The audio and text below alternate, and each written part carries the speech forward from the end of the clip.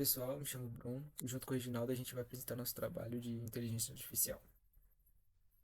Bom, o nosso problema, no nosso problema a gente basicamente vai utilizar um robô dentro de uma arena que a gente vai ter que programar esse robô terrestre para pegar os cubos que vão nascer aleatoriamente da cor verde, vermelho e azul para depositar em cada uma das caixas que vai estar na arena. Cada cubo na sua caixa da sua mesma cor.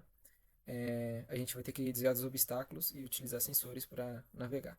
Falando um pouco agora sobre arquitetura, a gente vai utilizar uma de controle reativo, né? Isso significa que não existe um planejamento global ou mapa, né? A cada ciclo o controle ele lê os sensores e processa os dados e reage imediatamente. O fluxo sensores, depois percepção, cálculo do erro, sistema fuzzy e atuadores. A gente vai falar sobre cada um mais detalhadamente durante a apresentação. Pode passar. Falando agora sobre a parte de percepção, a gente é, utilizou 300 fotos, onde 300, aliás, 30% foi utilizado para validação e as outras 70% para treinamento. A gente utilizou o Make Sense AI para fazer as anotações.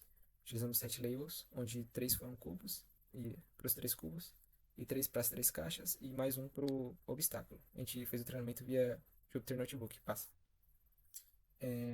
Falando um pouco sobre a estratégia de treinamento, a gente utilizou 30 épocas, com a paciência de 8, batch size é só da memória, image size 704, porque precisava ser um valor divisível por 32, e eu não acabei falando, mas a gente utilizou o YOLO V8 Nano.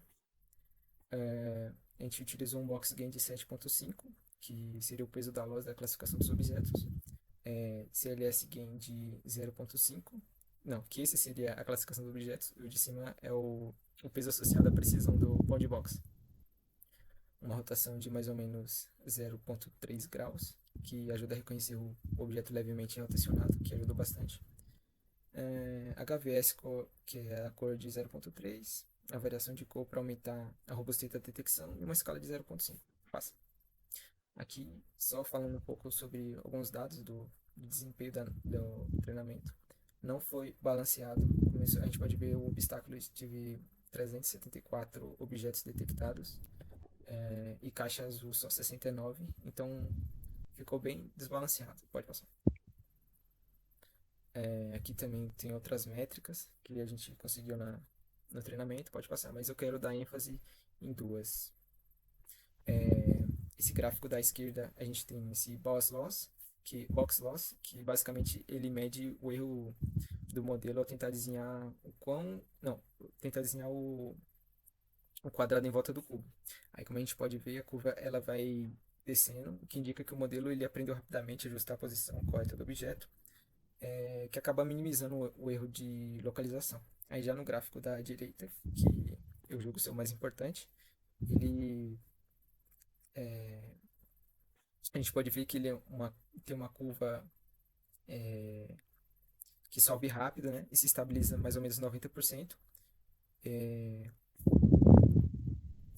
E com isso a gente consegue ver que isso, esse modelo ele não apenas detecta o cubo, mas ele tem uma confiança muito alta e com uma caixa bem ajustada. Pode passar. Falando sobre a matriz de confusão, aqui ela está normalizada para melhorar o entendimento. Basicamente, na análise, a gente tem que ver o quão escuros tá,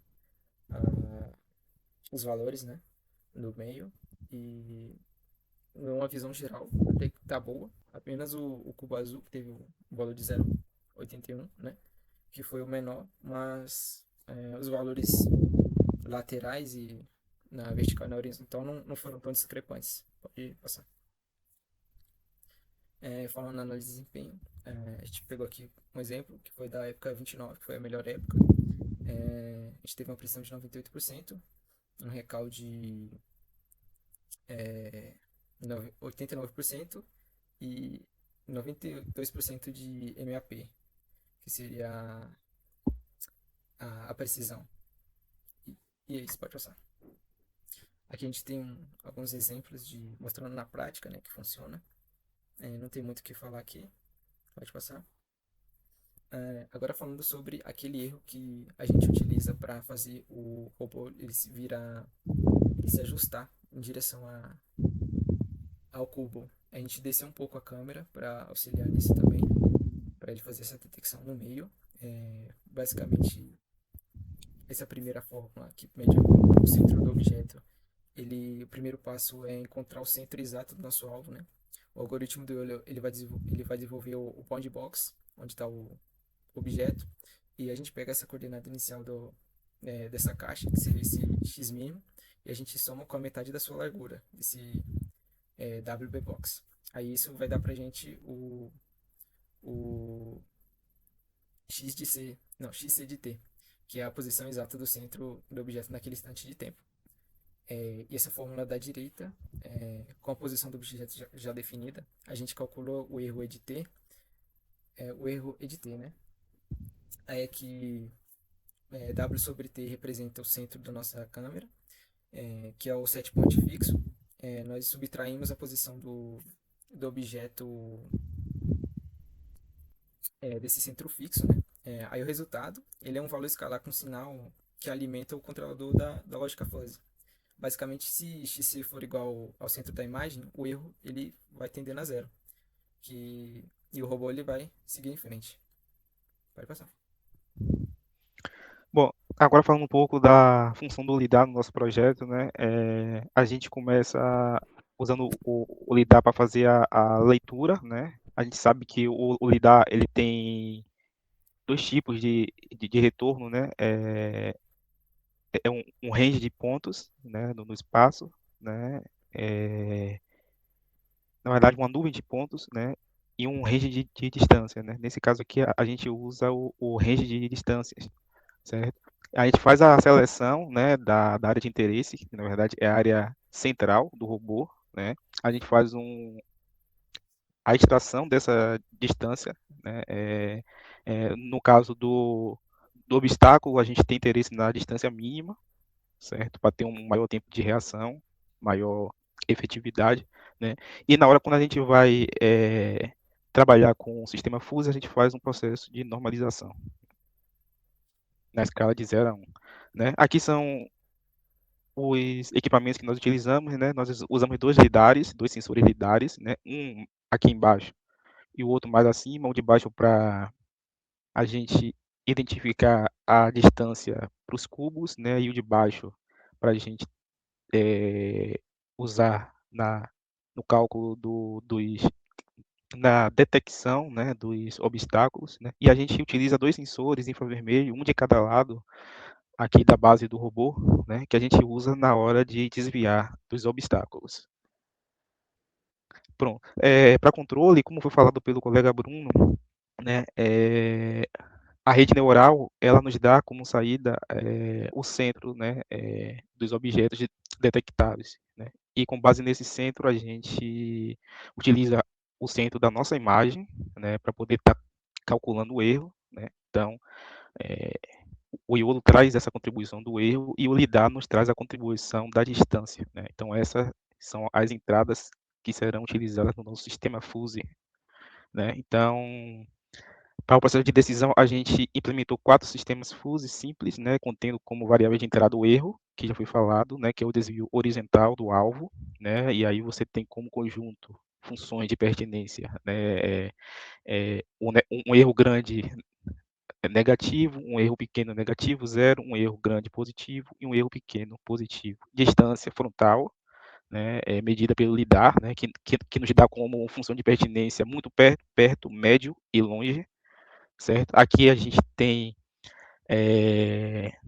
as funções no MATLAB, simulador MATLAB, né, representando a variável erro, com as suas respectivas funções, né, no range de -30, -300 a 300, normalizado para 0 e 1, como serão os demais, né? Aqui também é normalizado para 0 e 1, só que aqui a gente cobre um range de 0 a 1.5, né? Aqui na variável distância, né? E na variável de saída temos a velocidade v, que define o quão rápido o robô vai avançar, né? Como eu falei, como conjunto 0, né? Pequeno, médio, rápido, né? Rotação, que define a curva para corrigir o erro de pixel, né? E como conjunto a gente tem grande à esquerda, pequeno à esquerda, zero, grande à direita e pequeno à direita, né? E funções de pertinência a gente utiliza para traduzir os valores dos sensores, né, em termos linguísticos, onde priorizamos o uso de funções triangulares e trapezoidais para garantir transições suaves do robô. Aqui estamos as nossas variáveis de saída, né? Aqui é a variável rotação, cobrindo um range de -1 a 1, que isso aqui depois vai ser multiplicado por um fator, né? Que vai ter que obedecer às, é, às restrições do robô, né?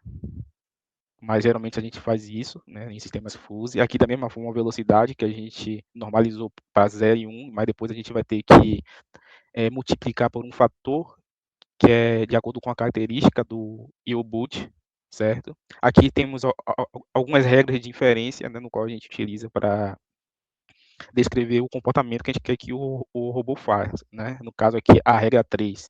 Se o erro é zero, é porque o robô está praticamente alinhado com o cubo, né? E ele não precisa virar, né? Agora, se o erro ele é um pouco positivo, né? A gente precisa virar para a esquerda, né? Se for muito positivo, a gente já vira forte para a esquerda. Então, as funções de referência servem para a gente é, é, mapear as ações do robô, né, de uma maneira suave, certo? Aqui temos mais algumas funções, né, aqui já relacionado à distância, né, é, se, a, se a distância é média e ele está alinhado, né, o erro é zero, então a velocidade é média, né? Se a distância é longa, então o nosso robô pode ir um pouco mais rápido. Aqui é o processo de decisão, né, para a atuação, como é que a gente faz essa transição, né? A gente faz o processo de defusificação, onde a gente usa o método da Centroid, que é o mais indicado para projetos de robótica móvel, né? Só que na implementação, a gente usou cálculos matemáticos, né?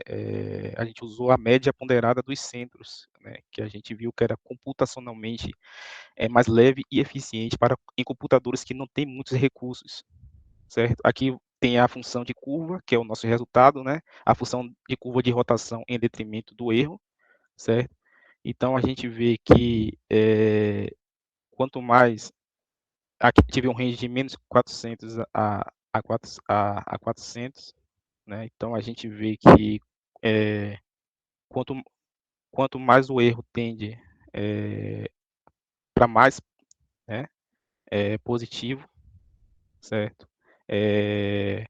A gente aplica uma rotação negativa, né? E aí quanto mais o erro tende para menos, né, a gente aplica uma rotação positiva. Mas aqui tem muito a ver com a mecânica das rodas, né, do U-Boot. Aqui é a curva de velocidade em detrimento da distância, né? Então a gente vê que quanto menor a distância, menor a velocidade, quanto maior a distância, maior a velocidade. Isso é importante para suavizar, né? Principalmente no momento de pegar o cubo, né? Foi um dos momentos mais desafiadores desse projeto. Aí aqui temos a velocidade em detrimento do erro, né? Você vê que ela tem uma zona uma zona morta aqui, né? Onde a velocidade é 0,5, né? E a gente colocou no range de -100 a 100, né? E depois a gente vê uma velocidade constante, certo? Só que aqui para o lado negativo e aqui para o lado positivo. Aqui tem a curva de velocidade em detrimento da distância e erro. Como são duas variáveis de entrada, ele na verdade não é uma curva, ele gera essa superfície, né, que nos ajuda a interpretar nossos resultados e ver se o comportamento do robô está dentro do esperado. Atuadores, a gente usa o controlador do próprio Wayboot, né, para enviar os valores escalares, né, e que por sua vez são convertidos em comandos de torque e de velocidade para os motores da base do U-Boot.